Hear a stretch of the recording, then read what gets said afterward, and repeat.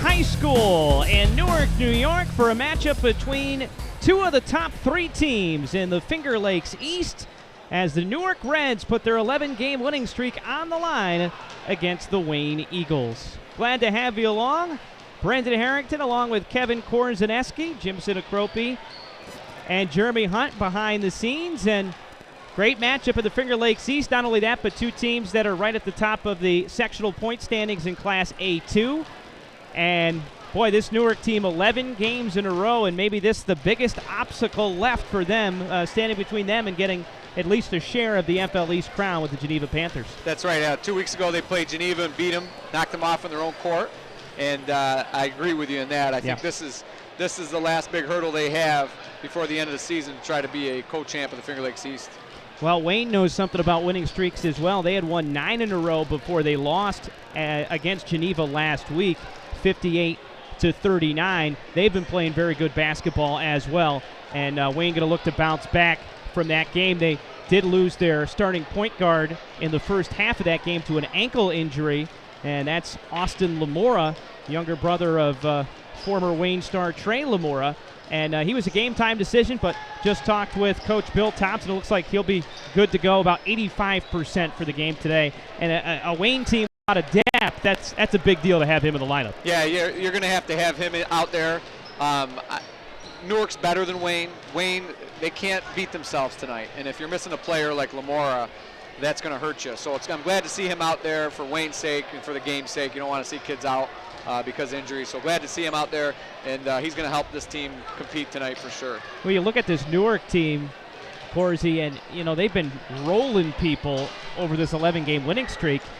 A lot of people thought they would have rolled Mid-Lakes a week ago. It turned out to be a 2-point game, 60-58.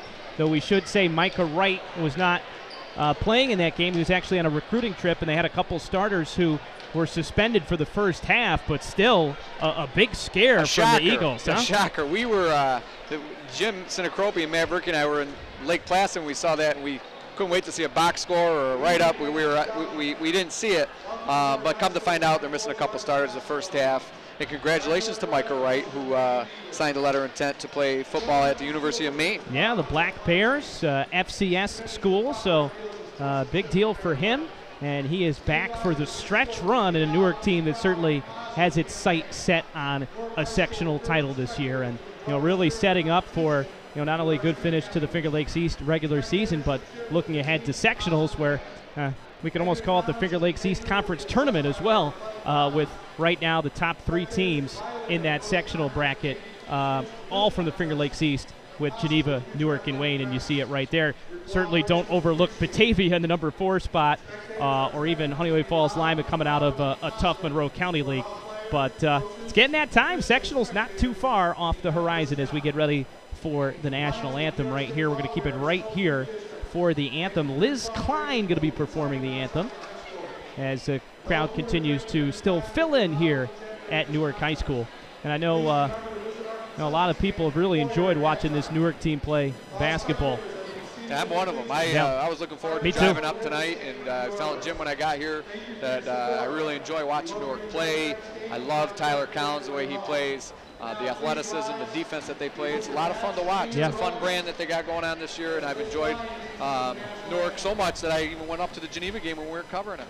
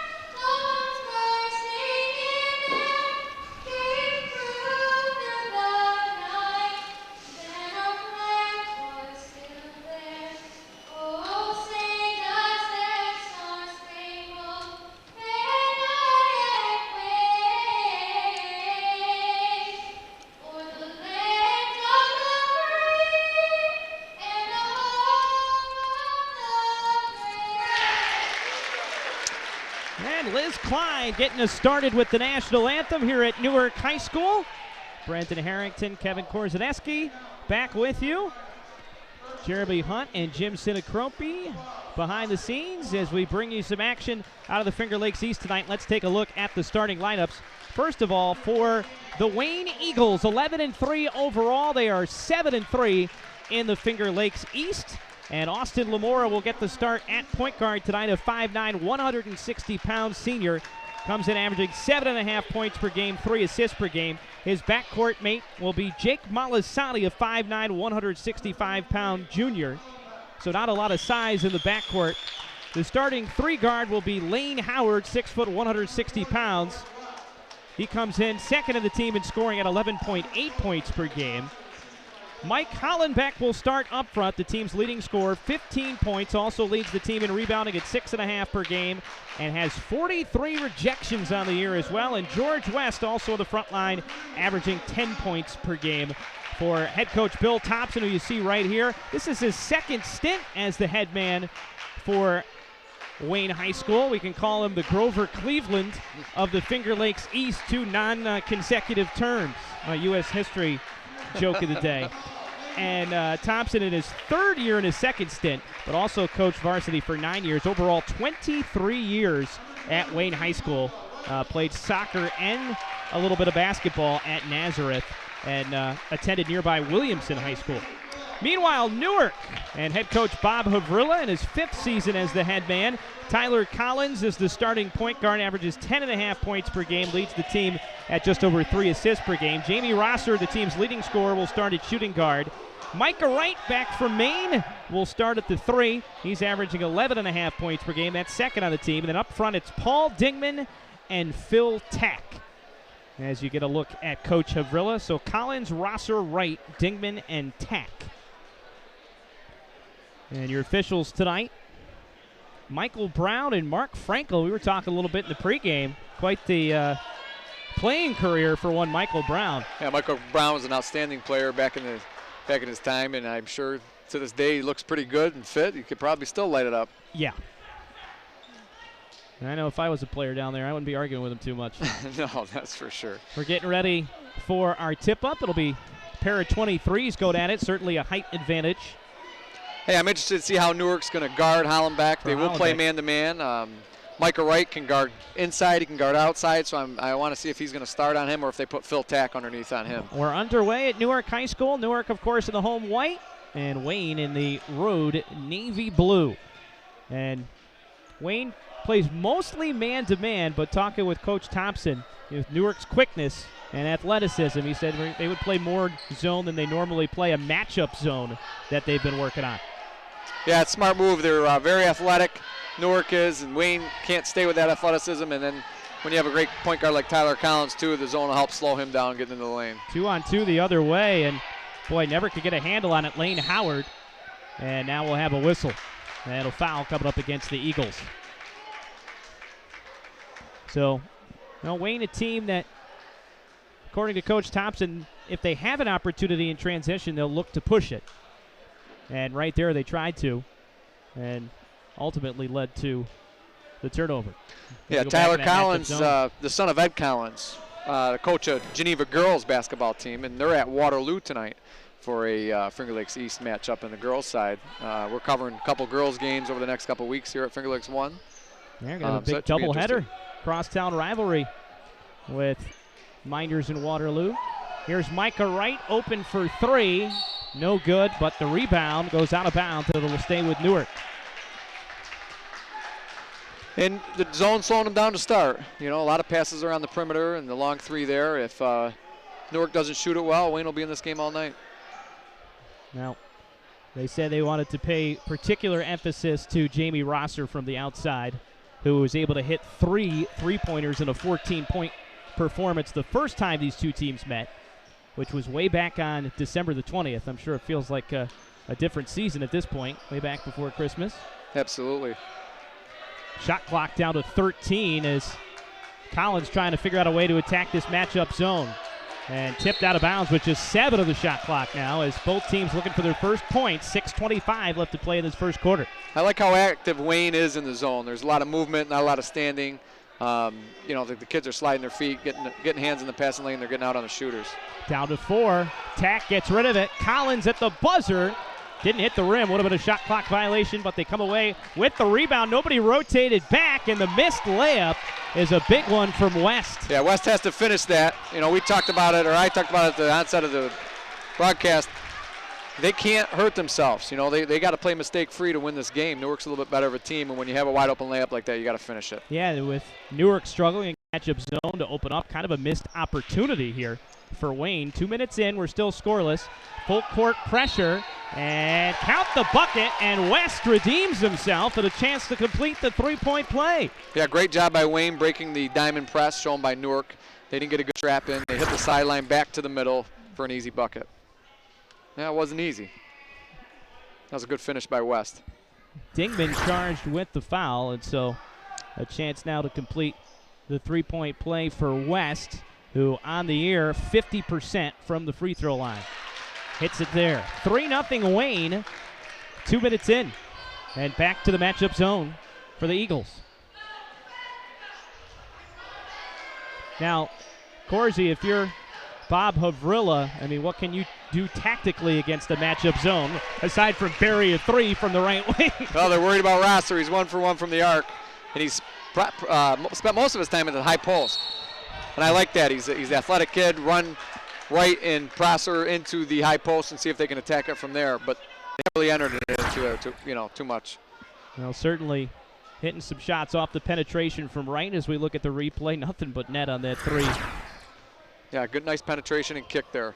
The last time we were here, Finger Lakes won doing a Newark game against Penn Yan back on January 10th. Rosser lit it up for 28 points, and he didn't even play really in the fourth quarter. He could have had 40. Well, offensive rebound will keep the possession alive for Wayne. They'll reset. 3-3 game, 5:20 to play in the first quarter. 3 ball from the left corner, off the mark. I spoke too soon. It came down and went through. The big man stepping out, hitting the 3. So Lane Howard with the 3 ball, and it's 6-3. Nothing but trifecta so far. And meanwhile, drive to the basket from Rosser, and he'll draw a foul and head to the line.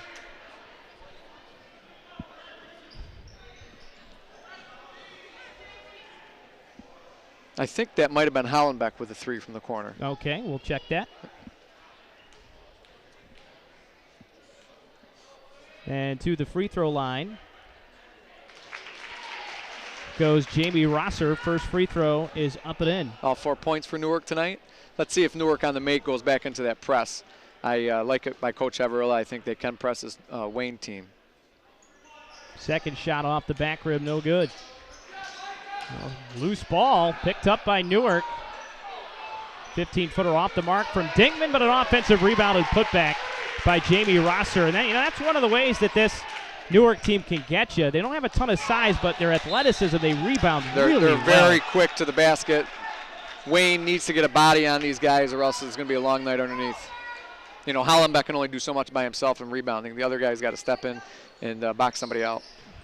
So 6-6 early on. Off the penetration.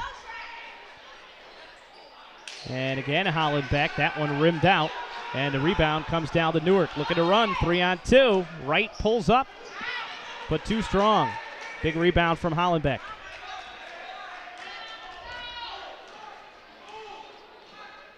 And Lamora will slow it down.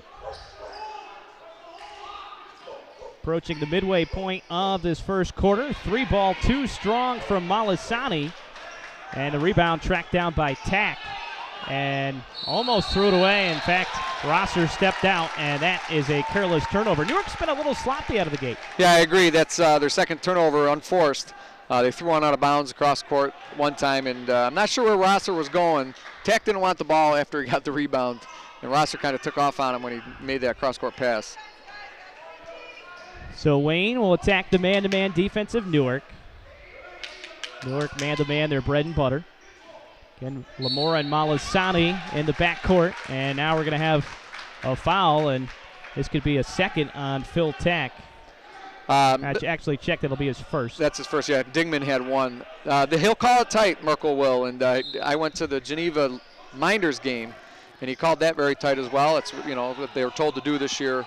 So we'll see if that comes into effect at all. Oh, West caught it in a good scoring spot, but he put it down low and had it stripped.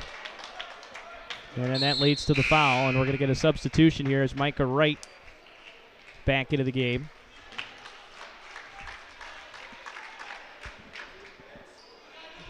That's West's second foul here with 3 minutes to go in the first quarter. So and Wayne quick to the bench. So 2 on West. We mentioned not a ton of depth for this Wayne team. They're going to go to the bench and bring in Cody Madison, their 6-man. 6-6 game, 3.5 to go. Deep 3 from Collins. Battle for the rebound. Tack comes away with it and draws the foul, and Hollenbeck does not like the call. He thought he had all ball. And there you go with Newark. Rosser doesn't get the rebound there, but he gets just enough of the ball for another Newark player to grab it and put it back up. And now Hollenbeck has 2 fouls. A funny story about Merkel. I was at that Minders Geneva game, and Coach Nick Ciotti from Minders started to get on the referee after he had already given 2 technicals. A Geneva player had 1 and a Minders player had 1. And then Ciotti was about to get his first technical. And when the whistle blew for the technical, Ciotti saw that he was going to get a T, and then he started yelling at Luke Ruddy. And so the ref goes, "Sorry, coach, I thought you were yelling at me," which he was. But he didn't have the confidence enough to believe that he was yelling at him, and he took the technical away. I've never seen anything great like audible. it. Great audible by It was Coach a great Ciotti. audible. And driving to the basket, Malasani, and he draws the foul. And the things in coaching, you never know what you're going to need to pull out. Well, this plays in Newark's favor, I think. There's already been 18 fouls called, and Newark's got a deeper bench, more talented bench, and doesn't help Coach Bill Thompson's cause tonight. Hollenbeck has had to come out. Tyler Cummings has come into the game.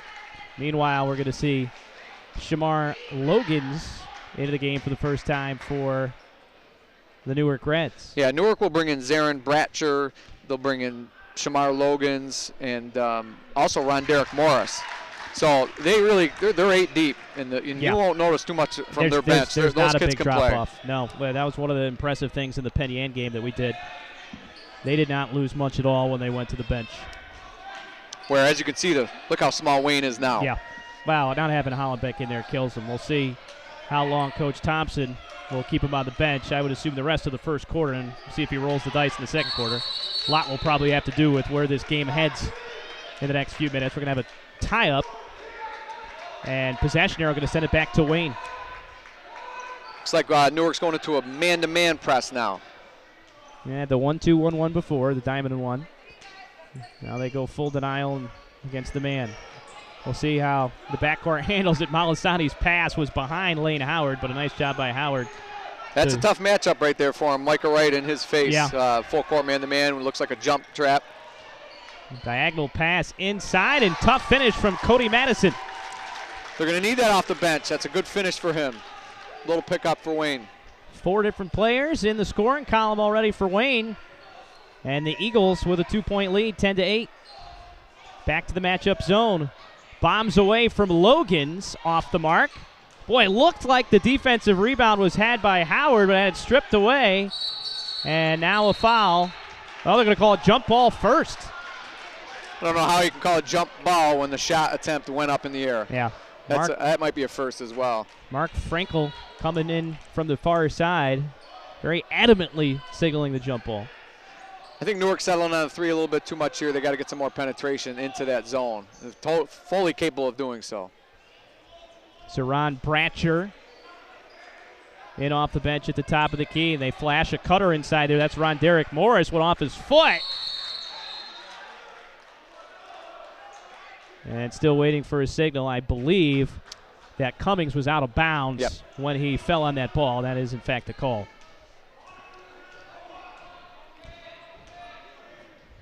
Tyler Cummings wearing the headband. Very good defensive player. Doesn't give a ton offensively. Averages just about 3 points per game. But he's going to be asked to do a little bit more now with Hollenbeck and West starting front court in foul trouble. And Another sloppy turnover. Pass goes right through the hands of Jamie Rosser.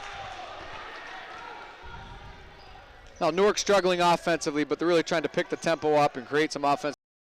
The 1-2-1-1. Wayne's doing a good job of handling the press. Malasani to Madison, but that's a travel. Yeah, I think he missed the first travel and then kind of, That I'm was not sure about delayed. the second one. Yeah, a It's a little delayed delayed travel. call, but he did travel. Yeah. Yeah, Newark very stagnant against this 2-3 zone. I hope Duke's a little bit more active against the zone tomorrow than Newark is tonight. 1:30, actually down to 1:25 left to play now in this first quarter. A 10-8 lead for Wayne. 15 on the shot clock as Wright drives, elevates, and gets the roll. And they got to get more of that. Some dribbled penetration right into the lane, and they'll see good things happen. First points for Wright. 2-on-1. Madison dumps it off, but Cummings couldn't finish. Offensive rebound and putback from Lane Howard. Howard's first points. 5 different players now have scored for the Eagles. Now to 45 seconds left. We're on Derek Morris. Swings it over for Logans. Back to Bratcher. Drives right into the teeth of that zone. Morris with the shot fake, then moves in for the 2, but can't connect. Another rebound for Lane Howard. Eagles again looking to push it. Thought they might have the advantage there. Now they're going to pull it out. We'll see if they hold for the last shot here. That was a great look by Lamora. I think he's a little frustrated that the shot didn't go up. But good look in transition. Now Wayne's going to hold it out and should have a lead after the first quarter. Game clock's at 10. Malasani going 1-on-1. Turns it over. 2 seconds left. Going to take a heave. Online, but a little bit too strong. That's the end of the first quarter. Wayne with a 2-point lead over the Newark Reds, 12-10 on Finger Lakes 1.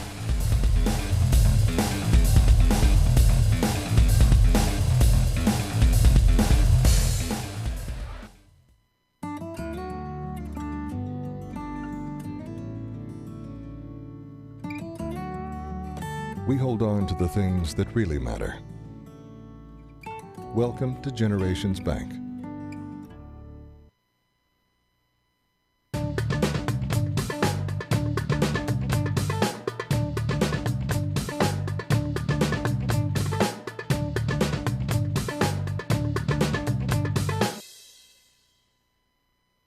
Hi, I'm Jody Torrio. If you're like me, you've got stuff lying around the house that you want to recycle, but you're just not sure how, like broken toasters, vacuum cleaners, or microwaves.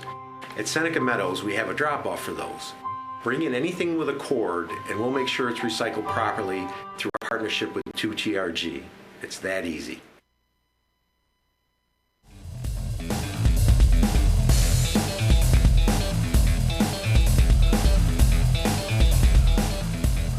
Back at Newark High School, we got a game as we start the second quarter. 12-10, Wayne with a 2-point lead. A zone defense to perplex the Reds a little bit, take them out of their game. Yeah, they stifled them with a zone defense, and I'm impressed with them offensively. They've made some nice buckets here without Hollenbeck in. And Lane Howard has been a real spark for them. He drives and can't finish that time. Here comes Bratcher back the other way, and a sloppy pass was behind Shamar Logans and leads to the turnover. Yep, too many turnovers for Newark. You know, Lane Howard, a real X factor. Now Newark seems to be in a box press. Some different looks. Here's Howard with the between the legs dribble and finish. And, you know, talking with Bill Thompson, Howard is a kid that, you know, he really struggles with his consistency. He can disappear sometimes, but he can also take over a game. And I think we're seeing the latter right now. He's playing with a lot of confidence. A block shot, but a foul called, and the Wayne fans not liking it at all as Shamar Logans gets bailed out. And as we look, the between the legs dribble and tough finish in traffic from Lane Howard. Well, we got Michael Brown's calling the coaches in here. I think he's calling no foul, inadvertent whistle, jump ball, which I love that call right there because I thought it was a terrible call on Wayne. And they got together and he said, hey, I screwed it up. And that's a good piece of officiating right there. So good for Michael Brown. 7:13 to play in the second quarter. Wayne with its biggest lead at 4, 14-10. 15 on the shot clock as Wayne back to the zone. And nobody likes that officiating more than Cody Madison, because that might have been his second as well. Yeah. On the baseline, Morris with the teardrop. First points for Ronderick Morris. And batted out of bounds. It's a big possession for Wayne here. You know, Newark's definitely trying to pick up their intensity a little bit. Wayne's got to try and get the ball down the court and see if they can get another bucket. Able to beat that first wave of the press, or so we thought. Wow, what a save by Madison. I think Coach Averola might have got a hand on that one. Should have stepped in and drew the charge. Here's Howard. Cummings will reverse it for Malasani. Step back three. He thought he might bank it in, but Lamora way off the mark. Probably not the shot that Coach Thompson is looking for. Leads to a run out the other way, and hanging in the air, Logans, and kisses it home and one. That was a great finish by Logans. He had about another half an inch before he would have called for a travel. On his way down, he throws it up and in. Yeah, right before that right foot went back out of the ground. That's something I never had as a player. That's just look at those pure shoulders. strength. Yeah. I mean, that takes a lot to get that shot off on the way down and getting fouled. So that ties the game. Free throw shooting, not the strength of this Newark team, but the three-point play completed right there. Back into the box press here for Newark. They've shown three different types of presses. Lamar got away with a travel there. Yep. Took that extra step in the backcourt. Newark just 62% from the line as a team. Yeah, and, you look at kind of Achilles' heel going forward for a very good basketball team come sectional time. It could be that. Absolutely. I can't agree more. I just think Wayne's doing an outstanding job passing the ball. You know, they haven't really turned it over. They're handling the press. They're doing a great job. Yeah. Malasani able to draw the foul as he tried to drive down the right edge of the lane. And we're going to get our first timeout of the night. I believe it was called by Coach Thompson. It'll be a 30-second timeout. And we'll remind you that the things you value in a bank are the deeply rooted values they've held at Generations Bank for more than 140 years. Learn more at mygenbank.com and check out their new mobile banking app. Search for Generations Bank in the Android or Apple Store. I think Coach Thompson called that timeout because he knows he's getting the ball out of bounds here against Newark. He knows he's going to see a man-to-man defense. I would do a similar thing if I was still coaching and see if he can get a quick two against this man-to-man defense. Newark does not go zone on the underneath out-of-bounds play. And they got a turnover. Nope. Well, throw into the backcourt. It's going to be chased down by Lamora, who, by the way, one of the storylines coming in was the health of his ankle. He's looked fine out there so far. Yeah, he's doing a good job. Good job attacking Newark's press. Malasani draws two. Awkward-looking shot from Cummings. And the rebound. Micah Wright, 3-on-2. Great job drawing the defense. Dumps it off to Zeron Bratcher, who lays it in. I'm not sure if that's a shot Coach Thompson wants from Wayne. There's that three-pointer by Cummings, but look at the hustle there. Led to an easy breakout basket for Newark, and they come back with their three starters right now. As we look at the replay, there's perfect timing there. Filling the lanes. Good angle to the basket by Bratcher. Yeah, perfect 3-on-2. So Tyler Collins, Jamie Rosser, Paul Dingman back into the lineup. Spin of the block. Malasani stuck amongst the trees, throws up a prayer and almost had it answered. And the rebound to Rosser. Ahead for Morris. Buddy hop and finish. Ronderick Morris with 4 points here in the quarter. He's got a little extra hop in his step. That's a 9-0 run now after Wayne took that 4-point lead. Thompson's already called one timeout to set up that out-of-bounds play. Give up another bucket here, and he might have to spend another. Right now, Wayne with the basketball. Deep three from Lamora, and it rains down through the net. He likes that step back, apparently. Yeah, it's a nice-looking shot. High arcing. And there's the shot block from behind by Madison. And so Big sequence there at a crucial time for Wayne to stop the 9-0 run. They get the 3 ball, and then the shot block. Howard dumps it off. Malasani for 3, too strong, and goes out of bounds off of Dingman. And now they're going to bring the big guy back, Mike Hollenbeck, back into the game, and they'll bring George West back, each with 2 fouls, and had been sitting since the midway point of the first quarter. Yeah, they've been sitting about a whole quarter, and I like it to make sure they get out there, get their feet going a little bit for a minute or two. Make sure you don't want to pick up that 3rd foul. 4:12 left to play. Wide open off the out-of-bounds play as Weston lays it in, and there it is against that man-to-man. Instant offense for West. Right off the bench, I think he had 4 in the first. Now he's got 6. But can run that screen, the screener, till the cows come home against the man, right? I don't know what you called it at Miners. In Naples, we called it Box 1. I can't remember the name, but we ran it. Our girls coach at Miners is still running it. And now Wayne with a chance to take the lead. Tied at 19. 3:40 to play in the second quarter. Here's Hollenbeck with bodies hanging off him, and he will go to the line. Well, Hollenbeck going to be fresh here, sitting for, like you said, what amounted to almost a whole quarter. Right. Well, you got a tie game with 3:30 to go in the second quarter, and that's the first time Hollenbeck's touched the ball in the paint. So I think if you're Wayne, you got to feel pretty good about yourself right now. As long as you keep Hollenbeck out of foul trouble into the second half, got a good shot of winning. So Hollenbeck, first shot up and in. And his first point since he hit that 3 ball from the corner. Hollenbeck, a 54% free throw shooter. So you'd like to see that number improve a little bit. Yeah, West was 50%, yeah, you said. Your 2 big guys. Now, 1 of 2 there for Hollenbeck.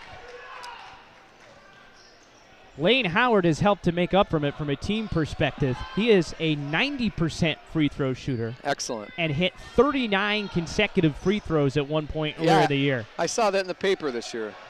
Bratcher for 3. And that would have been the kindest of rolls. Still tipped alive. Dingman kept it in play. It's a great pass. Boy, 2 guys could have picked up that pass. Rosser winds up being the one who picks it up. Then the turnover. And Bratcher had it stripped, gets it back, and we're going to get a foul, I believe, against Wayne. Yeah, that's going to be West's 3rd foul. That's what happens when you put them out there. Things kind of get crazy, and they forget they have 2, and they get dinged for a cheap one. I love that pass by Collins, though. That was a nice-looking pass. Collins dumped it off. Not only was Rosser on the block, but not too far away was Bratcher. And you can see Bratcher started to put his hand out for the pass and then realized that Rosser was in a better spot, and so Rosser was able to lay it in. Yep, and West picking up his 3rd. He'll head to the bench, so a very short stint for George West. And so Cody Madison will come right back in after a quick break. 2:59 to play. Boy, talk about a big jump stop. He's been watching too many LeBron James games. That is a travel. They don't call that in the NBA, but that's got to be called at this level. Did have the shot blocked and went out of bounds. Micah Wright to inbound. Newark with a 1-point lead, 21-20. 2:52 to play here in the first half. Back to the matchup zone.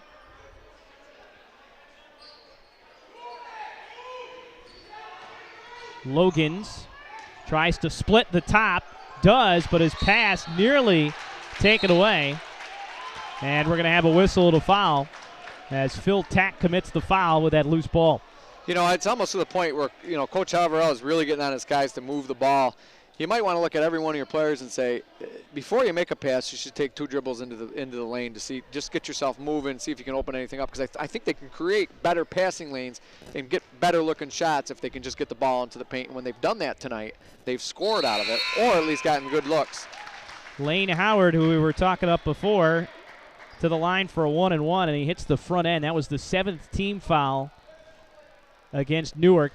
Next foul against Wayne will put Newark in the bonus as well. So both teams are going to be shooting free throws for the final 2:36 of this first half, and Howard buries the second as well. And Newark's got a lineup in right now where all 5 of these guys can get to the basket. So, penetration, and get inside that zone. Here's Logans for 3, rims out. Offensive rebound to Micah Wright, forces it up And then Hollenbeck comes away with it, and he is fouled. Newark getting very frustrated by the 2-3 zone. Hollenbeck's going to go to the line. 54% foul shooter. Should be at least worth 1, right? Yep. It better be the front end because it's a 1-on-1. But Newark's starting to show a little bit of frustration out there versus 2-3 zone. A lot of passages back and forth, back and forth. It's like watching the Syracuse-Miami game. Wayne 5 of 6 from the free throw line as a team so far. Yeah, that was a tough watch. Well, the first one especially. First one, yeah. And the first shot short, so missed opportunity there. Great pass from Rosser. Shot was blocked, but Logan's got it back, and this time draws the foul. And so now Newark will get an opportunity at the free throw line, but this will be a 2-shot opportunity as the clock stops with 2:07 left to play. And the good news for Wayne on that, that was on Madison, not Hollenbeck. His second, however. So you got a lot of foul trouble the front line for the Wayne Eagles. The first free throw off the mark from Logan's. Newark 4 of 6 from the free throw line as a team. And once again, we are tied. 2:05 to play in the half. Lane Howard will handle, showing off his ball handling skills. There's another step back from Lamora. This one off the back rim. And a long rebound to Morris. 3-on-2. Morris steps around the defender but can't finish. And Lamora will chase it down. Wayne looking to run. Here's Howard. Pressure man defense there from Bratcher. Now a 3-ball from Malasani. It's a confident Wayne team. Yeah. I haven't watched Wayne play this year. Some of these kids I watched played last year, but they really come in here believing and thinking that they can win. There's no reason why they can't. And I like to, I like the confidence. They're shooting a lot of threes. I think Hollenbeck can get a couple more touches in there, but now that's a shot Newark needs to hit. You get that high post open 15-footer, and Wright just couldn't finish. Great hustle by Logans. Big turnover there. I don't know how he came up with that ball. That was a great diving play to save that. And actually to knock it away before he even saved it. 1 minute left to play in the half. 3-ball way off the mark from Logans. He has struggled from 3. Yeah, this is not Newark's style of play to stand around and shoot jump shots, especially without Collins in there. Collins is probably their best 3-point threat. He's not in. There's just a lot of standing around offensively. Boy, give Wayne a lot of credit. Malasani got by his man, and he just lost the handle, and so he couldn't get his hands back on it before he was underneath the backboard. And now there's a turnover from Lamora. And now Newark with a chance to run. Wright draws the contact from Lane Howard, and he'll go to the line with 17.3 seconds remaining. Yeah, Wayne blew the easy layup there, and then Lamora, what looked to be a great spin move, just kind of lost the ball. Yeah. They might have been able to extend that lead a little bit more than it is to 5. That is just the first on Lane Howard.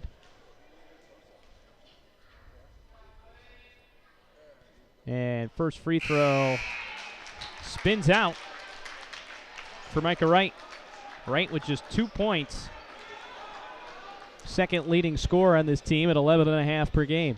Coach Thompson takes Hollenbeck out, doesn't want to see him pick up a offensive foul here. Smart move. Second shot finds the mark. And we're going to get a timeout here called by Newark, so they're going to burn a 30-second timeout. Responsible waste management for the next generation at Seneca Meadows. See how they do it by watching their videos at senecameadows.com. Well, coming up at halftime, we're going to talk a little we're going to talk hoops. I mean, we have to talk Syracuse-Duke because, I mean, it really is the talk, I would say the talk of the town, but it is the talk of all of Central and Western New York. Here in New York, it's quite possibly bigger than the Super Bowl Sunday. It really is. I mean, I teach at Red Jacket, and, I mean, all the kids were talking about it. Teachers and kids wearing their Syracuse garb. We saw a couple Beat Duke T-shirts. It is people are up for this. So they are excited. I'll be at the game tomorrow. I'm looking forward to it. It's going to be exciting. Me too. Long pass, and Lane Howard hits the deck hard. And we're going to have a foul against Newark. Just a second and a half went off the clock there, so 16.2 remaining. I like the home run play there by Wayne out of the timeout, trying to beat Newark deep. It's the man-to-man press that they've been in. And this is kind of a jump ball here. I'm not sure if it was a foul, but, you know, Wright's a bigger kid. They're both going for the ball. But he's going to the line. Just the first on Wright, and Lane Howard to the line. And that 90% free throw stroke. You know, when I talked to Bill Thompson on the phone last night, it took me about 30 seconds to realize that this guy knows what he's doing. Yeah, Bill's been around a long time. You know, some people you can just tell. He knows his hoops. And he knew exactly what his game plan was and, you know, what the strengths of the Newark team were and how he wanted to try and take them away. And with just 5 seconds left, Rosser drives baseline. And that'll do it in the first half. Wayne with a 2-point lead, 27-25 at the half here in Newark. We're going to step aside and take a timeout. We'll come back and talk some SU hoops. Maybe a little Super Bowl, too, on Finger Lakes 1.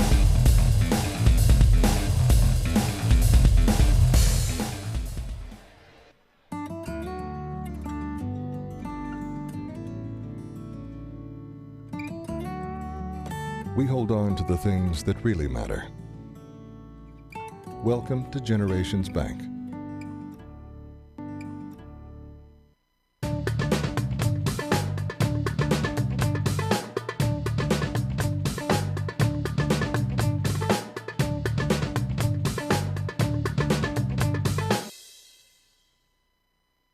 Hi, I'm Alan Larson.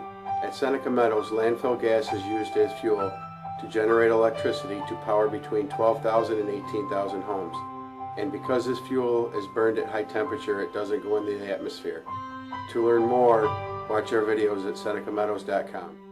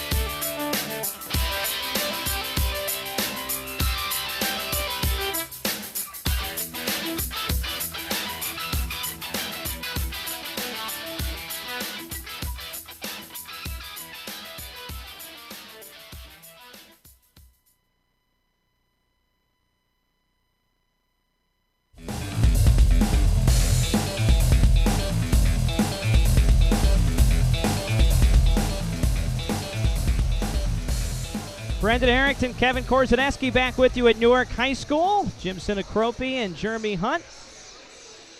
And a 2-point lead, a little bit of a surprise here. Wayne on the road, 27-25. Lane Howard leading the way with 8 points for the Eagles. Jamie Rosser with 10 for Newark. And, you know, this Wayne team comes right out of the gate, throw this zone at Newark, and kind of muck it up a little bit in the first quarter. Then Newark finally seemed to get things going a little bit. They went on a 9-0 run, used a couple turnovers.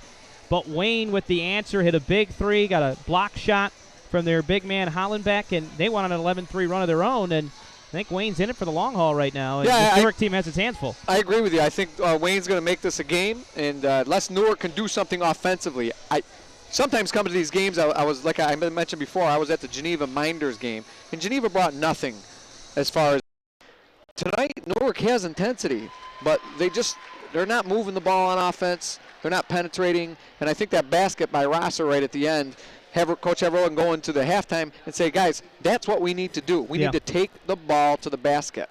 and they're not doing enough of that. When they do that, they're having success. When they pass it around and shoot threes, I think they've made one. Yeah, and we talk a lot. We're going to talk some Syracuse basketball in a minute, and we watch a lot of teams try to attack that 2-3 zone, and a lot of times when they're just shooting over the top of the zone, you're going to see struggles, whereas you get that ball into the high post, kick it back out opposite side, you step into your shot, and you're going to see a lot more of those start to go down instead of just kind of flat-footing it and heaving it up from the wings. Absolutely. You're going to see more threes drop from a shot that comes inside, a pass that comes from inside the paint, than just passing it around the perimeter. And if you're watching the game and you're a Cuse fan, you can see that when Cuse defends. Teams have much more success kicking the ball out for a three than they do just making one pass to the wing or two passes and a reversal. So into that, we have Syracuse and Duke tomorrow. And, I've had some thoughts on this, and the people in the Syracuse area and the fans and their outstanding alumni are really excited about this game. And I'm thinking to myself, it's just another game. It's Duke's ranked 17th, but I think depending on what happens tomorrow, they could be close to a top 10 team. If they beat Syracuse, I think they will be after winning at Pitt on Monday. Yeah. But I understand where that passion comes from for Syracuse, because for all these years, ACC's all over ESPN. ESPN is the contract to ACC, and they pump it up. And now you're starting to see Syracuse get pumped up by ESPN. And so here it is. You're the second best team in the country, and I believe that, and they're ranked second, although Jim would disagree that they should be ranked first. And Duke is one of the perennial powerhouses in the ACC and the country, along with North Carolina. And North Carolina's down a little bit this year, and Duke is down a little bit. North Carolina's down a little bit more than Duke is. Yeah. So if you really want to come into the league and make some noise, you have to beat Duke at home.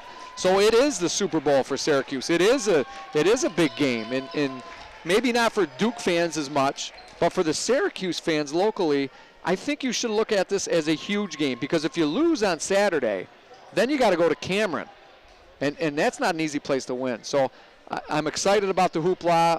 I know you said you're headed to the game tomorrow. I'm headed to the game tomorrow. I don't get too excited about going to the Dome and watching games, and I'm really excited about this one tomorrow. And I am a Duke fan, Brendan, if you haven't noticed yet. But born in Syracuse, but in 1987, when they lost to Keith Smart, I jumped ship. And I haven't looked back since. Well, if you watched any of that Pitt game, which I'm sure you did, I mean, the way they played in the second half, there's not a lot of teams that go into Pittsburgh and do that. No, Duke's been playing much better. Parker's a little selfish still in my mind, and Dawkins was the difference for Duke when Duke shot 13 of 25 from the arc that night. Yeah. And they're not going to do that against Syracuse. Nobody really, every once in a while a Vermont team comes out and does it against Syracuse, but I don't think they'll do that. And I think Duke's going to be in for a battle. I actually told Jim I think Syracuse wins the game by 5. The game's in the 60s. But if Duke shoots well at the Dome, they'll win, which, of course everybody can say that. That's not anything mind-blowing. But they're going to have to go out and they're going to have to hit 7 or 8 threes. They don't have to be on fire. But I'm really interested to see how Coach Krzyzewski attacks the 2-3 zone with Hood and Parker. And those guys are long, and they're athletic, and they can pass, and they can shoot. They'll be able to shoot over the top of that 2-3 zone tomorrow. So I'm real excited about that. Having watched a lot of Syracuse games, especially over the last 3 years, what I think makes this team a little bit different this year from the last few years, and they were very, very good teams, this is a really good rebounding Syracuse team. Jeremy Grant has been tremendous on the board. You've seen Rakeem Christmas come into his own, by Keita off the bench. I think they're as good a rebounding Syracuse team as I can remember in a while. I mean, they just dominated the glass against Wake Forest. They've done that against a few teams. The only team that they really didn't win the rebounding battle with was Pittsburgh, and they're always up near the top of the country in rebounding. And that was a stat that I heard today, that Duke out-rebounded Pittsburgh. Which is amazing. And on the offensive glass by 20. So Duke's playing some of their bigs a little bit more than they have been all year. Plumlee's getting some action. He's starting to play well. He doesn't score a lot, but he defends well. He rebounds well. And so Syracuse is going to have to do an extra special job, I think, tomorrow, keeping Duke off second shots. The other thing that I would say that makes this team a little bit different is just with Tyler Ennis at the point, they don't turn the ball over. I mean, they lose very, very few possessions to turnovers. And, maybe offensively not as good offensively as some of the Syracuse teams we've seen when you had the depth of Deion Waiters and James Sutherland. But, they may miss more shots, but they don't give up a lot of possessions. No, they don't give up a lot of they don't turn it over, and they haven't the last couple years. But Tyler Ennis, especially this year at the end of the games, I think if you went into this year for Syracuse, you said C.J. Fair is going to be the guy that takes a shot. Every once in a while, kick it out to Cooney. But most of the time, it's going to run through Fair. At this point in the season, it's that obvious to everybody that watches Syracuse that Ennis is going to have the ball in his hands. And as Matt Verke did last night on the Upstate Orange Hoops podcast, predicted a 1-point win and an Ennis teardrop. Andy Katz for ESPNU today on his podcast predicted a 1-point win with Tyler Ennis taking it past Quinn Cook. And that's going to be the matchup I'll be watching. That's right. I heard that as well. Quinn Cook guarding Tyler Ennis. So I think Quinn Cook's doing a little bit better defensive job than he has in the beginning of the year. So we'll see. We'll see how it all plays out. I'll say this: if you're a Syracuse fan, be prepared for some bumps in the road, whether it's tomorrow. I mean, they're not going on the field. No, and they have it. They still got to go to Duke. They still got to go to Virginia.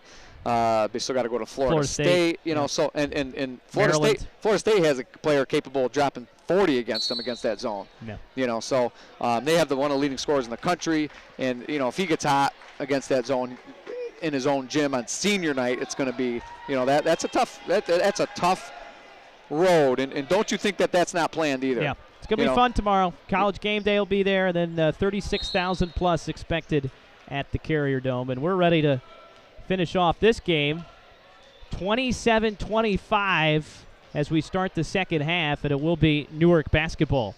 See how they come out here and attack the zone. They trap on the baseline, kick it out, and Rosser's shot a little bit short but tracked down.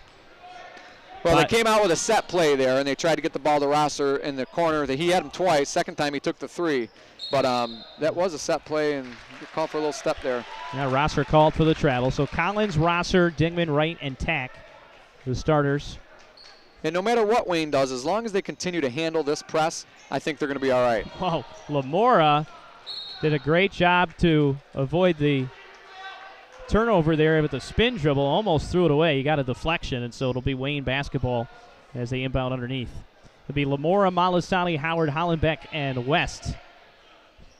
The starters in there for the Eagles. Remember, West has 3 fouls. Hollenbeck has 2 as we start the second half. We're going to get a foul before the ball was inbounded. It's going to go against Micah Wright. That'll be a second. Second, yep. But like you said before, Kev, I've been very impressed by how confident and really calm Wayne has been coming in here. They are going to get called for a 5-second call there. Yeah, they've done a great job handling the ball and passing it, and they're not making too many mistakes. They're doing just enough to hang on to a 2-point lead here. Wayne 5-1 on the road this year. Their only loss at Geneva. Back to the 2-3 zone. Wright looking to penetrate. Back for 3. Collins rimmed out, and the rebound pulled down by Wayne. Lamora draws the defender, dumps it off to Lane Howard, who finishes. 10 points now for Howard. First Eagle into double figures, and the lead is 4, matches the largest lead for Wayne. Lamora has taken a couple step-back threes. I think he's 1 for 3 from the arc tonight, but to me it really seems like his main focus out there is to distribute the ball, and I always loved coaching a point guard like that. Now that was a flop. Hollenbeck wanted the call, but I think that was a good no call as Phil Tack able to finish. Agreed. That Phil Tack plays with a lot of intensity for Newark. I've seen them play 4 or 5 times this year, and he just wants to battle every single play. Quarterback on the football team, real tough kid. Lamora for Malasani. Ball screen, pick and roll. Hollenbeck trying to get around Rosser and rejected, and Rosser lets him know about it. That's just a whole lot of athleticism there. Collins went behind the back, almost coughed it up, and now he's going to circle back around and attack that 2-3 zone. And this is what I like about that 2-3 zone. Rosser comes down all fired up. Phil Tack comes down all fired up, and now all of a sudden Newark's back just passing the ball around. Wright gets it at the high post, goes opposite side, but enough time for the zone to adjust. Wright gets it back, left it short. And rebound tracked down by Malasani. 3-on-2, but Malasani feel the heat from behind, dumps it off, and Hollenbeck hit hard and an intentional foul call. Wow, intentional foul. I'm not sure where that comes from. I can't wait to see the replay, but a great look. It was a hard foul, by but Malasani. I don't think it was flagrant. Let's see here. Oh, he came down with both arms over. That was a hard foul. The way it came down with both arms was kind of a chop. I think that's a pretty good call looking at the replay. Yeah, I can see where you got that call from. Yeah, I don't disagree with it. I don't agree with it. But he did kind of chop his way down. Yeah. It was well after the shot had been released. And I had just talked about how, that's how Phil Tack plays. He plays hard and he plays an aggressive. And that might have been an over-aggressive foul. I'll tell you right now, with Havrilla waving his hand in the face of Mark Frankel, he's very close to picking up a technical, and we'll be watching a lot of free throws in that case. We're already going to see 2 from Hollenbeck. Well, I think when you come down with the two-hand, I understand Coach Havrilla being upset, but when you come down with the two-handed chop, I mean. And it was after the ball was released. At that point, there was no shot that he was going to block it. Now, but great camera work by Jeremy Hunt on that, because we got a great view from that, and look at that helped out a lot, because originally I didn't think it was intentional, but after seeing the replay, I could see where the call came from. So 31-27 now, as Hollenbeck able to hit both free throws. Now Hollenbeck double teamed, and there's going to be a foul, and home crowd starting to get a little bit unhappy with the adjudications. It's getting chippy in the crowd. It's getting chippy on the court. Good little game here in the Finger Lakes East tonight. And if Newark thought they were going to be mailing in the Finger Lakes East title, it is not happening. Count the basket. Go West, young man. George West with a chance to complete the three-point play. And Wayne is just bringing it right back at Newark, and I just love their toughness they're showing tonight. And Wayne now with a 6-point lead, 33-27. And a three-point play from West. Wayne has been very good at the free throw line. They're now 10 of 12 from the line. 34-27, 7-point lead for the Eagles. And again, Newark can't get into their style of play. Yeah. They just can't against this zone. And their three, they haven't been able to rely on it all night. Wow, look at Collins forcing that one. The runner didn't even get rim. You can see the frustration there from him. I'd like to see Collins, I've seen him do it before, get some penetration down the middle of the lane. Not try to attack from the sideline, but try to split the two top guys on that zone. And Newark with an 11-game winning streak in jeopardy, down 7 at home to Wayne. 4:45 to play in the third quarter. Malasani drives. Can't finish, and the rebound to Rosser. Newark wants to run, but good job by Wayne getting back. Not good enough. Rosser taking it 1-on-3 versus Wayne. They were in position, and here they got a steal. And a turnover. So Newark now will slow it down as Wayne settles back into the zone. Bratcher from the elbow. Timeout. That shot's got to be contested a little bit better by Hollenbeck. Nice play by Newark getting to the high post. Bratcher with the 15-foot jump shot. And a good timeout here from Wayne as well with the quick 5-0 spurt after Wayne opened up the half with a 7-2 run. So 34-31, 4:11 left to play in the third quarter. As you get a look inside Bob Havrilla's huddle, we'll remind you to check out the big screen and digital production at the Omen Theater on William Street in Lyons, showing this weekend Disney's Frozen, featuring the voices of Kristen Bell and Idina Menzel. Showtimes at omentheater.com. I think Frozen might get the Academy Award this year for Best Animated Film. I'm just calling it now. All right. I'm also going to call it Syracuse win tomorrow, Frozen Best Animated Film. Now, did you see it? Can you name any other animated films that are up for the award? There's 3. There's only 3. I did see the list. But Frozen was fantastic. I highly recommend it to all families out there. I have a 3-year-old daughter, and we're already piling up on the Disney DVDs at home. I'm sure we'll be adding another probably when that comes out on DVD. Well, maybe you should take it right over to the Omen Theater tomorrow at 6:30. Or I can go to the Omen Theater. There, that's right. You're going to the Yeah. Maybe your wife can take her. She's coming too. So. Oh, good. Yeah. Not the 3-year-old though. No. She's. We're gonna keep her with the grandparents. Maybe they could go to the open theater. Jim was gonna bring his daughter Jackie, but he was afraid Duke would win and she'd never look back. Oh boy. Hopefully, good sense would prevail. So here we go out of the timeout, and another turnover. Boy, you hate to see that after Wayne out of the timeout, and Bratcher could not get it to go. And that's going to be West's 4th.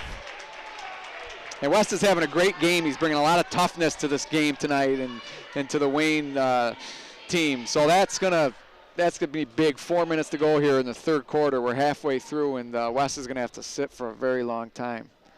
But it's going to give Cody Madison another shot to come back out there. No relation to Billy Madison. It's different spelling. But Cody played tough in the first half.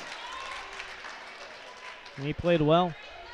Yeah, Madison with the T's. Madison. And Bratcher hits both free throws.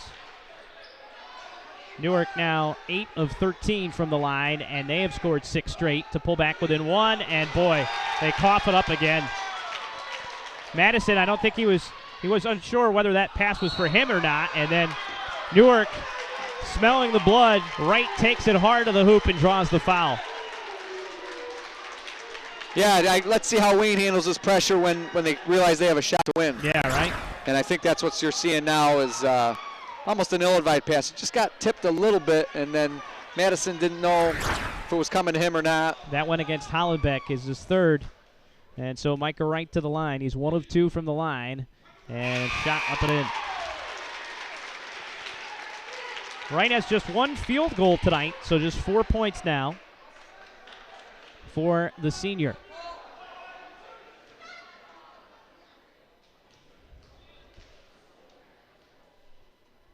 This to give Newark the lead. Couldn't get it. So we're tied 34 all. 7 straight points fueled by the Newark pressure. Lane Howard thought about pulling the trigger. Draws the defense, kicks out to Malasati. Back for Lamora. Baseline, Hollenbeck, boy. With three to go in a tie game and you haven't scored in a while, you don't want to see a type of pass like that. Wow. Just a two-handed heave, no look. Ill-advised. That was not pretty. Micah Wright, 15-footer. Boy, he's had a couple rim out from that spot. Yeah, struggling tonight. But Lane Howard with a good box out and rebound. I like the way Lane Howard's playing as well. Under 3 minutes to play here in the third. Malasani. Madison trying to go high-low. Boy, good job by Hollenbeck to come up with it, and they call a charge. Yeah, it should be a technical foul on Michael Wright. Michael Brown almost called it. He went to put his whistle up to his mouth, and now I don't even know if he's going to warn him. But after he drew the foul, he got up and he barked right in his face, and it was let go. But that's now you got 2 players on the bench with 4, and it was a charge, clear charge. So we're talking in a matter of a couple minutes here of game time. You know, not only do you give up the 7 straight points, but West picks up his 4th, and then Hollenbeck picks up his 3rd and 4th. Now this is the point where I think they can get some diagonal lobs back here. If they get Rosser on this reversal here, they can. I think they right there where they have Rosser, just a diagonal pass to the baseline. That's open all night. You'll see sometimes teams against Syracuse do that. Backdoor diagonal. Morris elevates 9 straight points for Newark. And Morris has 6. Boy, that's just asking to be picked off. 3-on-2, and there's another foul. Give it away by Wayne. Well, I don't want to state the obvious, but you're getting the feeling now that this one's over soon. You know, I know Newark's only got a 2-point lead with 2 to go, but the intensity's up. Wayne's shoulders are shrugged. Yes. Their leaders off the court. Somebody, 1 or 2 of these Wayne guys got to step up like they did in the first half and continue to take care of the ball and get buckets. So Rosser to the line. He has 12. 1 of 2 from the line so far today, and adds to his total there. Foul was on Lamora, just his first. And yeah, it's been a meltdown since Wayne went up 34-27. Now 11 consecutive points Able to finally beat the pressure. Howard will pull up from 15 and hit. He's smooth. He is smooth. He's got a nice looking jump shot. And I like the way he's playing. A much needed bucket. 3 ball off the mark from Bratcher. And a rush shot there plays right into the hands of the Eagles. Yep. Down 2. Malasani with the crossover. Oh, just left it a little too strong off the back iron. And nobody rotates back. Lamora was late getting back, and it leads to the bucket from Shamar Logans. Wayne getting sloppy with it. Another turnover. Lamora tried a no-look pass. Everybody in the gym knew where he was going with it. I'm not sure why he's doing a no-look reversal pass versus the press, but you can't do those things if you want to try and hang on and win this game tonight. Timeout, Wayne. Trying to put a stop to this run. It's a full timeout. 1:25 left to play in the third. And what is now a 13-2 run from the Newark Reds. Reds Place, great lunches served daily in downtown Seneca Falls. Come down and watch the big game on one of the 10 flat-screen TVs at Reds Place or visit them online at men'shalloffame.com. And speaking of the big game, I think our boy Jim Sinacropi there is loosening up the gear for pulling out the chili on Super Bowl Sunday. I've watched it all 9 years. Every minute, right? Yep. Never missed a minute. There we go. The Super Bowl Chili Show live. Super Bowl tradition like no other. 11, right? 11th edition. I have always wondered, though, who eats the chili? Does Jim eat the whole? Like leftovers, right? Chili's makes good leftovers. Yeah, it does. A special Groundhog Day edition as well, we might add. Yeah, that's right, February 2nd. And Puxatawny Phil, I don't know if he's ever had to share the spotlight with Super Bowl Sunday and Jim's Chili. I mean, I don't know if he's going to be able to handle that. Yeah, all right, let's see how Wayne handles this. Newark obviously been attacking. They need to continue to attack. I wonder if Coach Avarello told him to stop shooting threes yet. Nice pass. Oh, great look. Zeron Bratcher with a bullet pass down to Micah Wright, and almost another turnover as Wright playing inspired right now. Newark getting a lot of hands on balls right now, and that wasn't happening in the first half. Now, Wright better get careful, though. He was clapping his hands and reaching out over the end line before the baseline. You can get teed up for that. Malasani steps around the defender, and even when they beat the pressure, it leads to a rush force shot. Now Micah Wright dishes. Logans couldn't finish, but comes all the way out to Ronderick Morris. 45 seconds to play in the quarter, and now the 3 balls are going down as well. Ronderick Morris for the 3. Wow, what a meltdown from Wayne here in the third quarter. 2-on-1. Lane Howard, he can't get it to go, and if Howard's not getting him to go, Wayne knows it's in trouble, and we are going to get a foul here against Newark. There's a 3 by Ronderick Morris. That's a big lift for them. The first 3 they've knocked down this half, second of the game. And if they can extend that zone a little bit, make Wayne play a little man-to-man, they'll just run away with this. 18-2 run. Wayne opened up the third quarter with a 7-2 spurt. And Newark, at that point, just taking over, and it all starting with the turnovers out of the full-court press. And that leading, it's amazing how you get the offense going off the turnovers, and it leads to success even when you're in the half court. Some of those shots start to go down. Another foul called against Newark. It will be the 6th team foul against Newark. Meanwhile, Hollenbeck and West have been on the bench now for this entire end of the third. Boy, nothing going down right now for Wayne. And the world's quickest possession area. I was thinking the same thing. What is this, 6th straight girls basketball? The one thing I've noticed Newark doing this quarter, too, is when that shot goes up, they've got 2 guys running. They're really trying to pick the tempo up through the fast break. And it's worked at times. Oh, tough finish on the inbound play. Tyler Cummings. Guy who does not usually supply a lot of offense with the bucket there. Much needed. 10 seconds left of the quarter. See if Newark can add to it. Morris, another three. And an exclamation point for the Newark Reds here in the penultimate quarter. From down 7 to up 8:38. Wayne seeing red on Finger Lakes 1.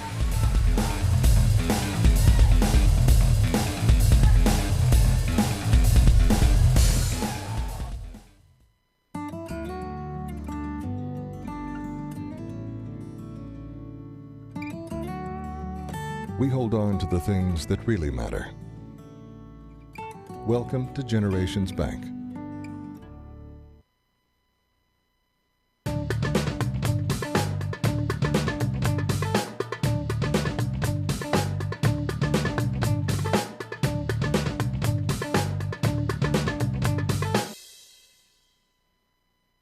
Hi, I'm Jody Torrio.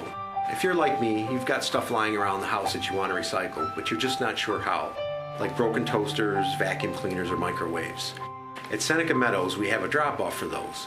Bring in anything with a cord, and we'll make sure it's recycled properly through our partnership with 2TRG.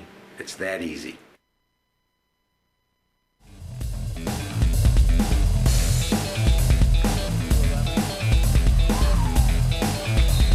For an online discussion of tonight's game and all the teams of Section 5, make sure you visit section5.talksback.com. And Newark talked back a lot, both verbally and with their play in the third quarter. They went from down 7 to up 10 to finish the third quarter, and they're right back at it as Shamar Logans will open the scoring here in the fourth. And Coach Thompson feels like he can't do it any longer without West and Hollenbeck. And there's West with a quick 2, which is a good sub. He's going to have to play with both those guys with 4, and I agree with what he's doing. It's only going to get worse. You have to. Yep. So we'll see how that plays out. 50-40 the score now. 3 from the corner, plop. Ron Derek Morris hit 2 in a row to end the third. Thought he could get another one in the corner, maybe rush that one a little bit. So Wayne down 10, trying to turn the ship around here early in the fourth quarter. Inside to Hollenbeck, and he draws the foul. You know, West, he's going to look back in this game, and it's going to be awfully frustrating because he has been very effective in the limited minutes he's been out there. He's got 10 points, and boy, with the foul trouble, he probably hasn't played more than 10 total minutes of action. Yeah, he's at this point out of the 24 minutes, I bet you he's only probably played 12. Yeah. And he's probably sat 12. And, yeah, he's having a good night when he's out there. Hollenbeck has been in foul trouble tonight as well, and so the guy who averages 15 per game. Well, we'll see how this one finishes, but it's something to take back to Wayne if you're Coach Thompson. You know, you get in foul trouble. It was a closely called game both ways. I'm talking like it's over, and it's not. But if those guys are on the court, I think during that run it's not as bad. Yeah. You know, they got outscored 23-11 that quarter, and they're not handling the ball against the press, though. No, that's right. And there's another layup for Jamie Rosser. But sometimes when you lose 16. Your big guns, you just kind of It you certainly see the didn't help. help. No. And another turnover. Hollenbeck, by the way, I was going to say, averages 15 per game. He only has 7 after he went 1 of 2 from the line. An 11-point lead for the Newark Reds, 52-41, as they look to win their 12th in a row.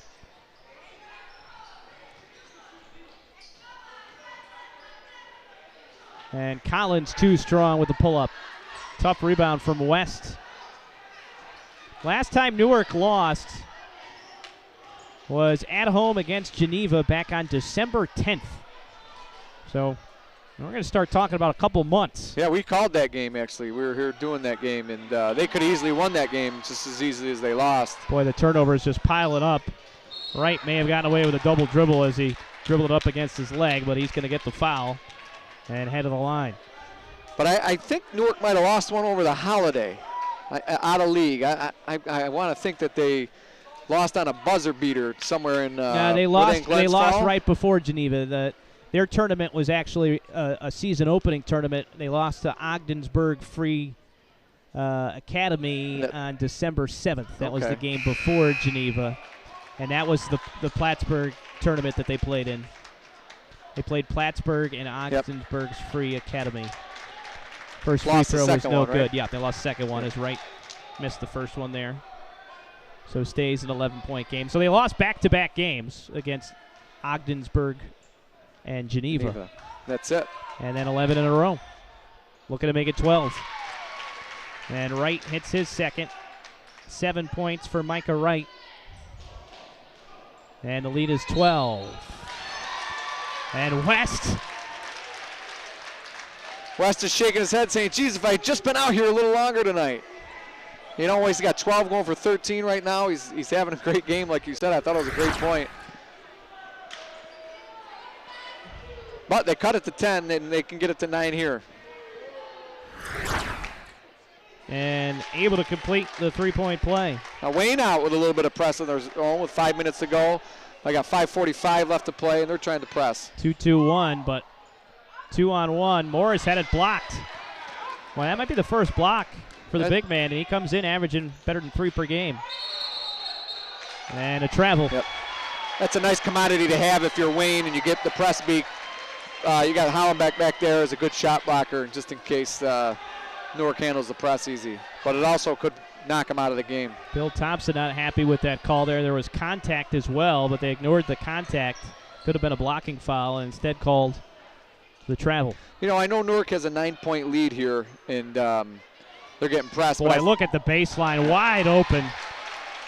Ron Derek Morris has had a great second half, but I'd almost want to attack more out of that press. I wouldn't tell Newark to start using time against that 2-3 zone because they do look so stagnant against it at times, just to keep attacking off that pressure and see if they can't get easy buckets in transition. And Lane Howard rebounded Hollenbeck's three and had it rejected by Bratcher, and then Bratcher going to dribble at the length of the floor and then draw the foul with 4:56 to play here in the fourth. You can see here, you know, playing with those 4 fouls, Hollenbeck just not as aggressive as he'd like to be. Yeah, and normally you rotate right down to the baseline there and challenge the shot, but didn't want to give away that 5th. And Micah Wright still struggling to shooting. Offensive rebound. Tack had it returned to center, so there's another block from Hollenbeck. Little John going on between Hollenbeck and Tack. Now these two teams, they could play a third time in sectionals. Absolutely. And 3 ball off the mark from Collins. Collins has struggled a little bit tonight.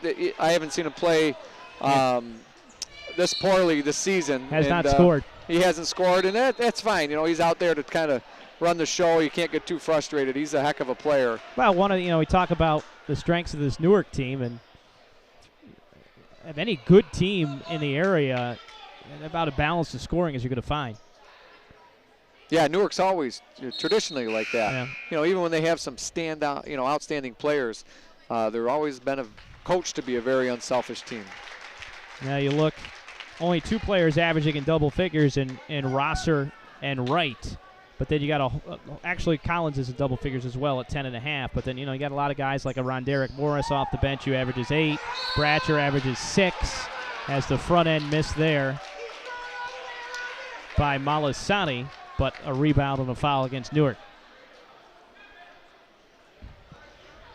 That's a big offensive board by Hollenbeck there. Let's see if he can take advantage of it and knock these 2 down. Fans continuing to share their sentiments about the officiating. I think it's fan. It seems to be one that's extremely upset about very officiating very tonight. vocal one. Yeah. First free throw from Hollenbeck finds the mark. And we're going to have a lane violation here. I think he's just going to break up what West and Bratcher are doing down there. They, they're getting into it before the shot even goes up. So essentially, no free throw took place there. So he's still going to get a chance at the second.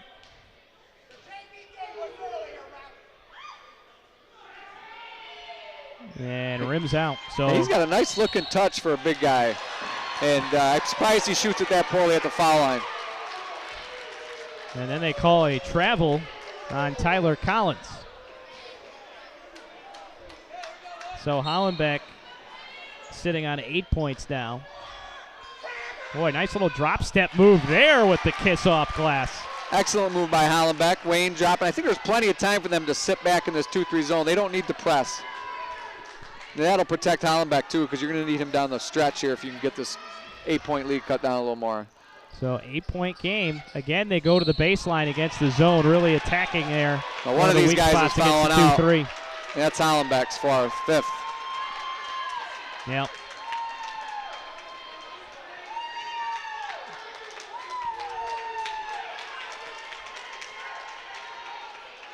And now it's the Wayne fans' turn to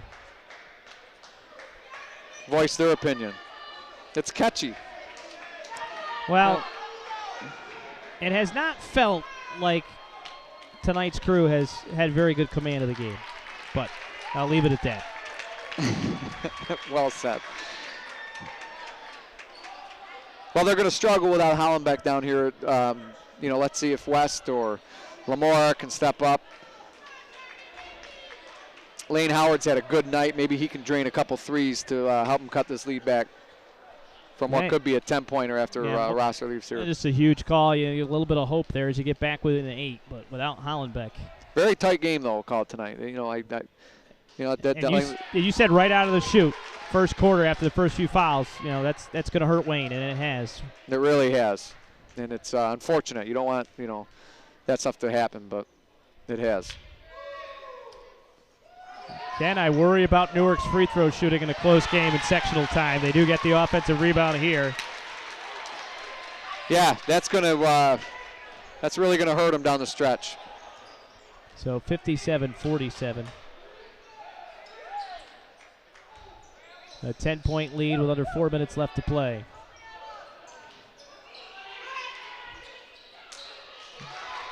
Madison couldn't finish. Micah Wright. Well, I don't know. Do we call that a dunk? Rattled it home. Well, he was up there. He got a good rim. And he got a lucky roll because that would have been going the other way. And we're going to get a timeout called by Wayne. Certainly. Not Micah's best dunk. Nope. And especially with the way he kind of had his dismount. He lost some points. But still, a 2 points counts. It does count. It does count the same.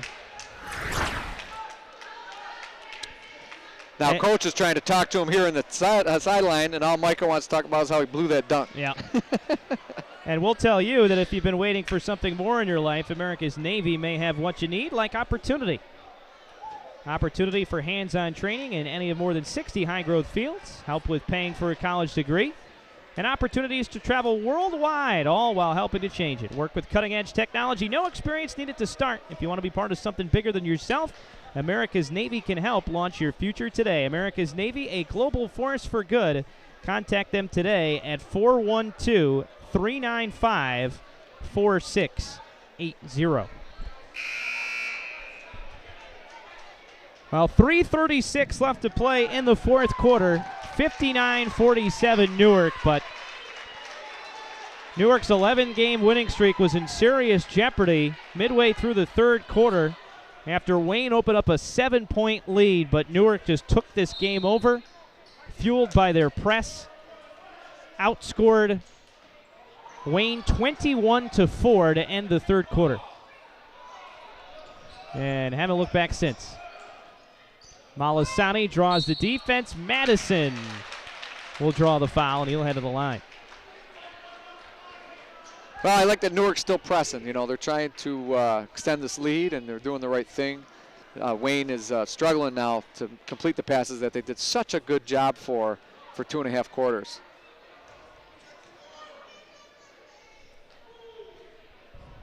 And free throw finds the mark for Madison. 3 points now for Cody Madison. Averages 5 points and 4 rebounds per game.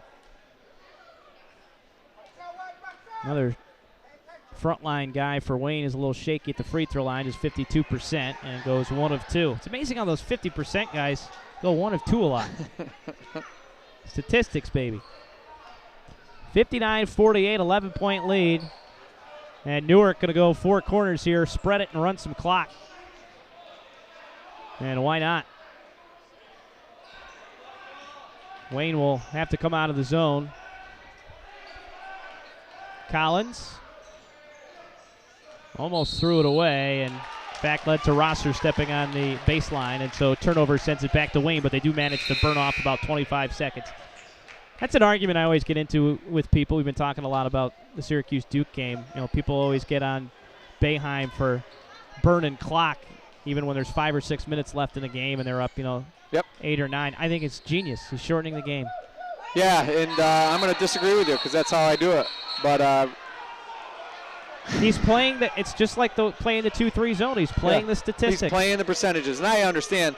But I'm watching this, and I see Collins and Michael Wright out here. I think they can get wide open layups if they attack the paint. So I'd attack right now in this situation. I don't think it's going to matter either way, and you got to kind of teach your kids what you're going to do all the time. So good for Coach Avarella for doing that. And I'm not necessarily saying it's the right thing for Newark to do, but yeah, you like that, but Boeheim does it. Well, with his personnel, yeah. I mean, you got a point guard that can create with the shot clock running down, and use it. Yeah. It's called playing the percentages, as Montgomery Burns once said. As the free throw up and in.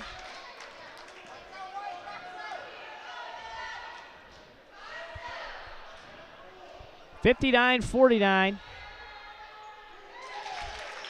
And both shots good for West.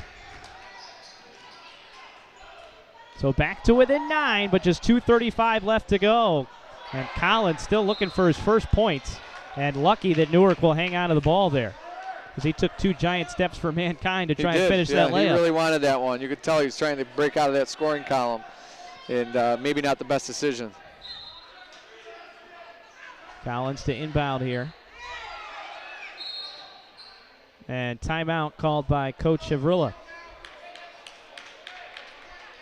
Wayne has 2 remaining. Newark still with 4 timeouts. Well, Wayne needs a stop here. Down 9, 2:30 to go. I do get a little bit of the feeling that I'm not sure if Wayne can get to 60 at this point without Holland back in there. Yeah. But they're going to have to generate some stops and maybe get an easy bucket in transition. Wayne, a team that averages 58 points per game, hold their opponents to 48. And we mentioned in the open that during this stretch, this 11-game winning streak, Newark has just given up 50 or more points twice. This will be the 3rd time, as Wayne's sitting right on 50 right now. And we'll be back-to-back games, too, because that game against Mid Lakes last Friday night, 60-58. But really, talking with Coach Avrilla, he feels that defense has really been the key and will be the key come sectional time in terms of his team's play. Sure, absolutely, I agree with that. And that's what shocked me about the Mid Lakes game. Take Michael Wright out.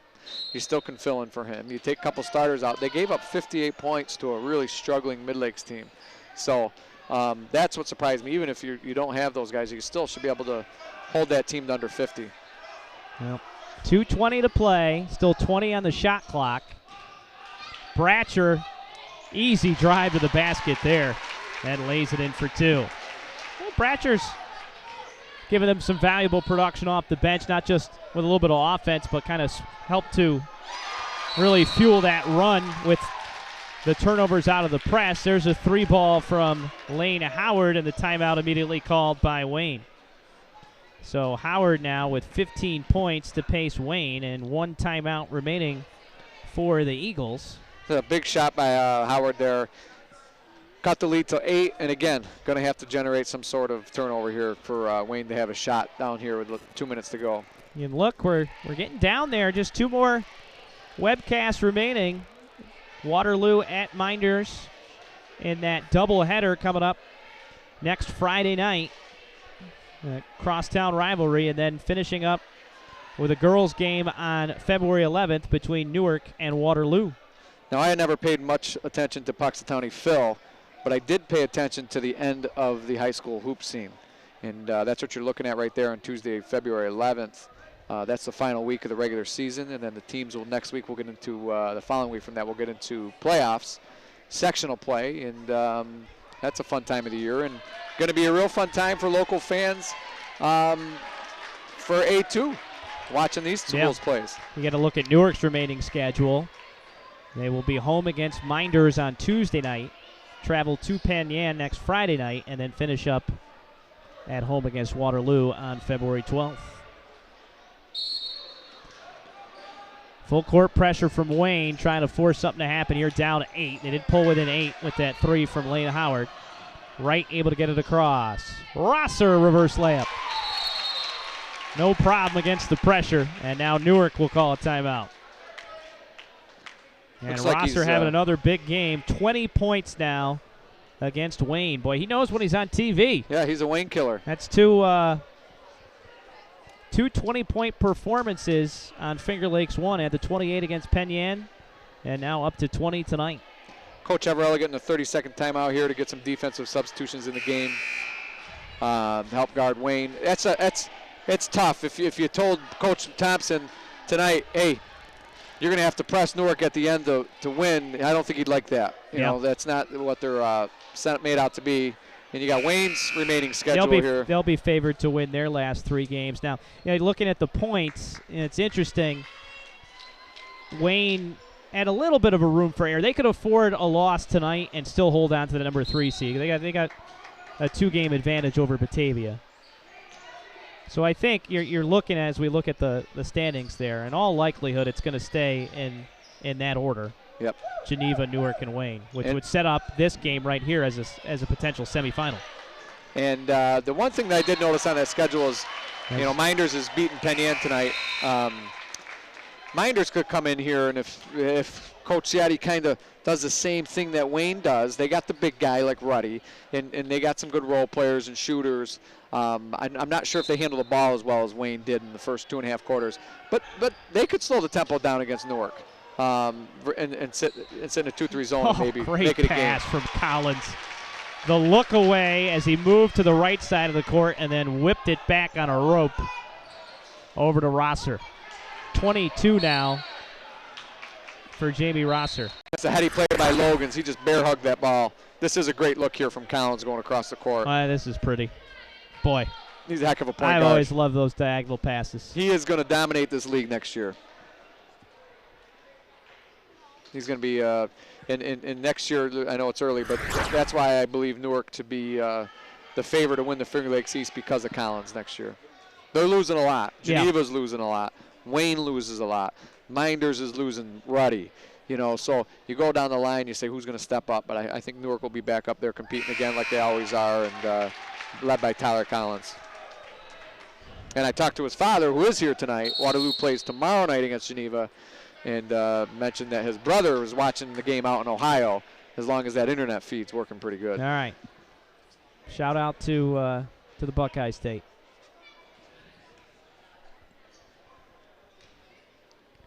Chance to get into double figures for Shamar Logans here, and he hits the second, so 10 points now for Logans off the bench.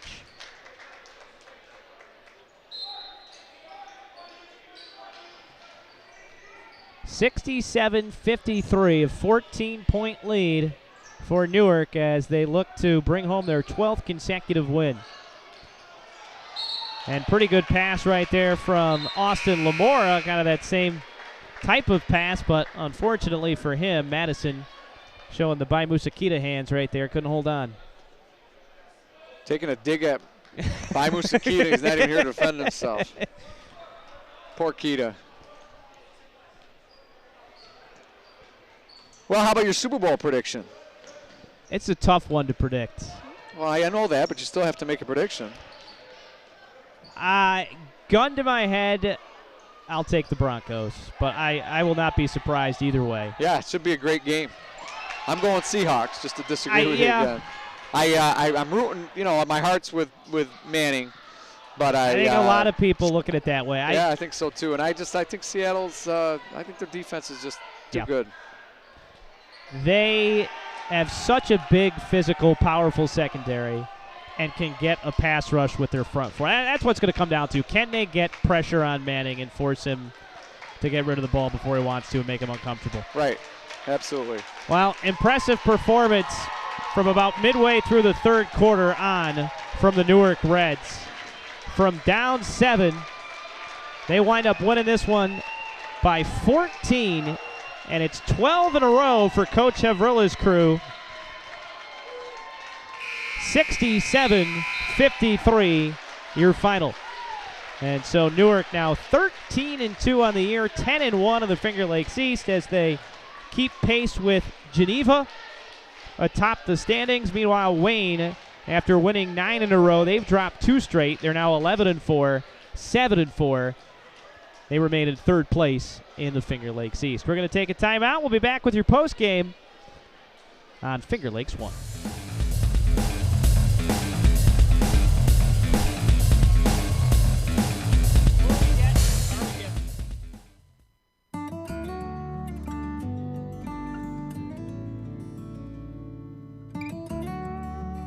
We hold on to the things that really matter.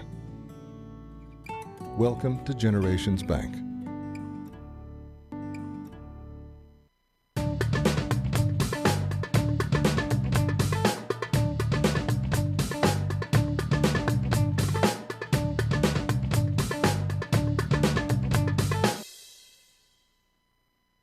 Hi, I'm Alan Larson. At Seneca Meadows, landfill gas is used as fuel to generate electricity to power between 12,000 and 18,000 homes. And because this fuel is burned at high temperature, it doesn't go into the atmosphere. To learn more, watch our videos at senecameadows.com.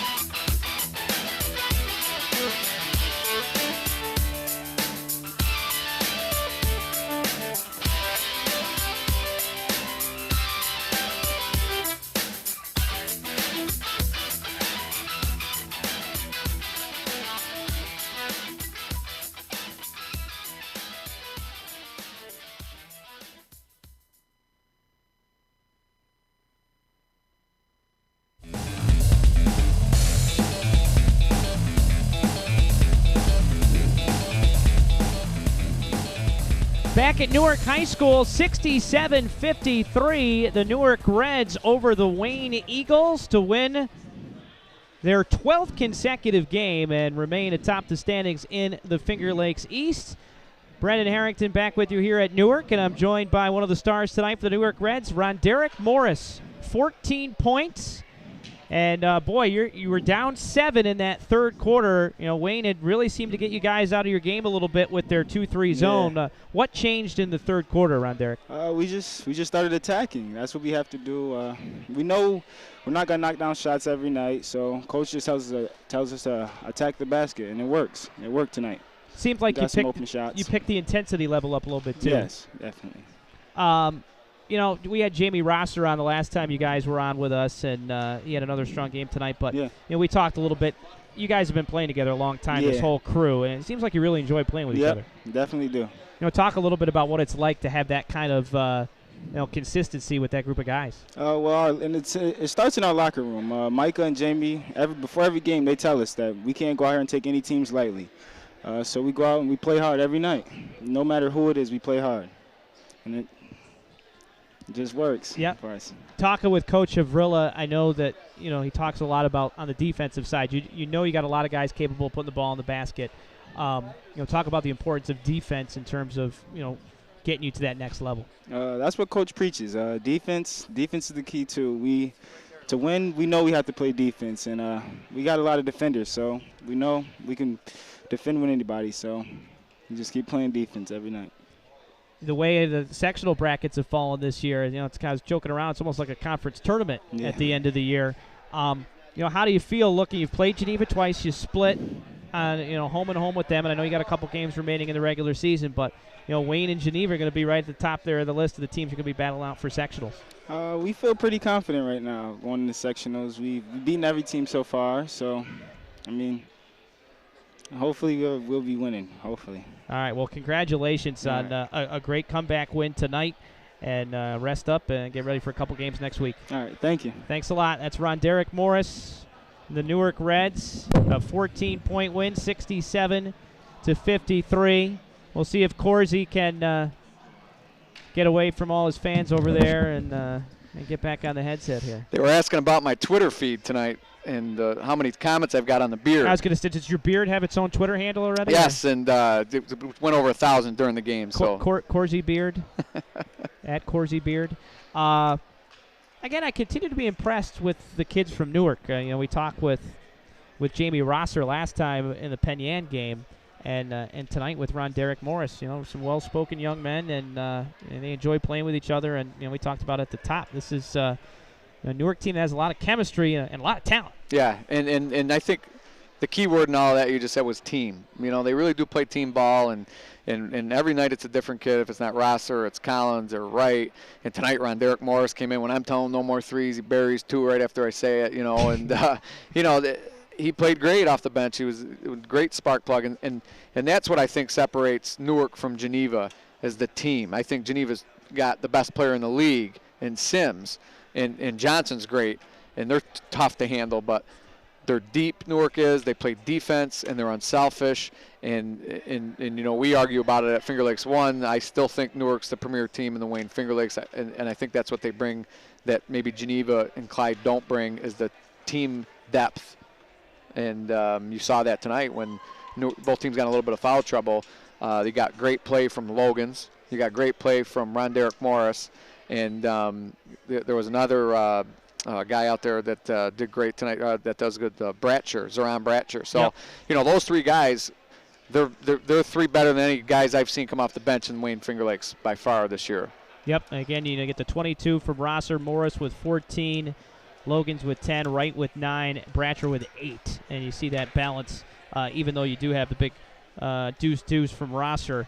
On the other side, two players in double figures for Wayne, led by George West, who had 15 points, finishes the game with 15. Hollenbeck really had to work hard to get to 10. Both of those guys limited by foul trouble. And so you look right there, 25 points from those two guys, and had to sit a lot because of the foul trouble, and that was a big part of the way this game played out. Yeah, West might have got 15 points in 15 minutes. Yeah. And also shout out to Lane Howard, who I thought handled the ball well, made his free throws.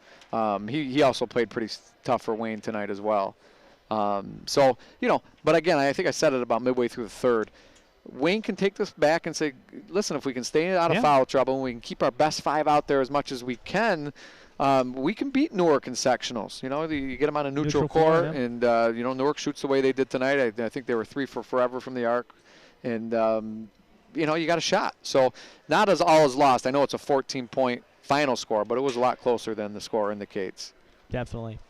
Again, great job, Jeremy Hunt on camera tonight. Jim Sinacropi, your producer and director, and Newark taking care of business with a 67-53 win. We'll be coming at you next Friday night with a doubleheader, Waterloo and Minders.